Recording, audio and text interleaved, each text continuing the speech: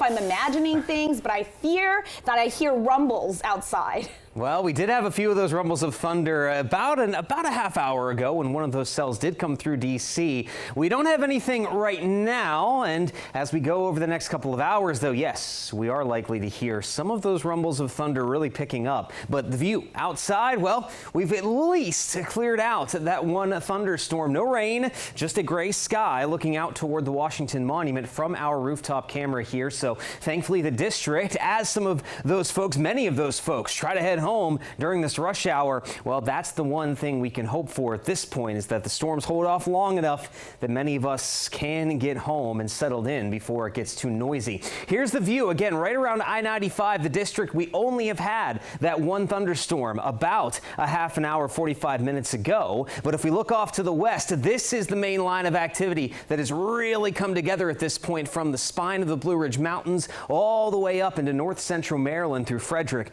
Carroll counties. Now, thus far, we have not had any severe thunderstorm warnings, which is great news, but we are far from done with this severe threat. There is still some energy to be used up by these storms as they move east. There's that one cell that came through. It developed over Fairfax County near Annandale, and it quickly worked across through Arlington, D.C., and then dissipated as it pushed north and east out of Prince George's County. So thankfully here, we didn't see too much other than just some heavy rain, a little bit of that lightning and thunder for a brief time here in the district. Things have been noisy, though, as you go north and west up into Frederick County, stretching from Point of Rocks right up Route 15 into Frederick. We're seeing a thunderstorm bring some of that heavier rainfall at the moment. Those dark reds, oranges really indicating that on the map. And then as we head even more to the north and east here up into Carroll County, a pretty intense cell right now just over Westminster up toward West Manheim as well. But that's moving quickly up into Pennsylvania, thankfully enough. Now, as we slide down the line, we still do have some of that intense rainfall, some rumbles of thunder, especially over Front Royal at this point, across the I-66 corridor. And then as you stretch up into Clark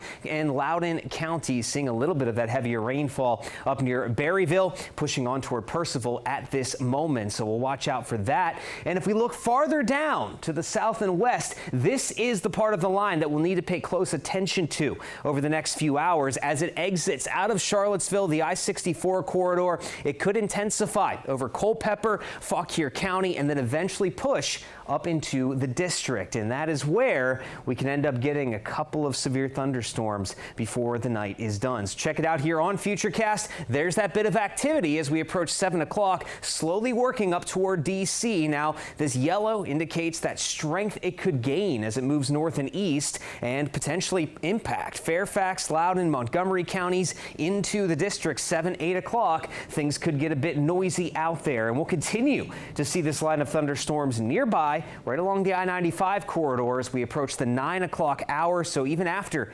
sunset here, we could still have that severe potential. But as we work later and later in the night, a lot of that will wrap up west of 95 and the district. We could just have a few thunderstorms over southern Maryland, 10, 11 o'clock, but at the latest by midnight, we're done as we start to see all of this activity push east of I-95 and the Chesapeake Bay. So gusty winds, some blinding rainfall, that lightning will be our main concern with any thunderstorms, even severe ones that develop. Behind all of this, we clear out, but it's going to be a lot cooler with highs only in the upper 50s and breezy as we head over the next couple of days.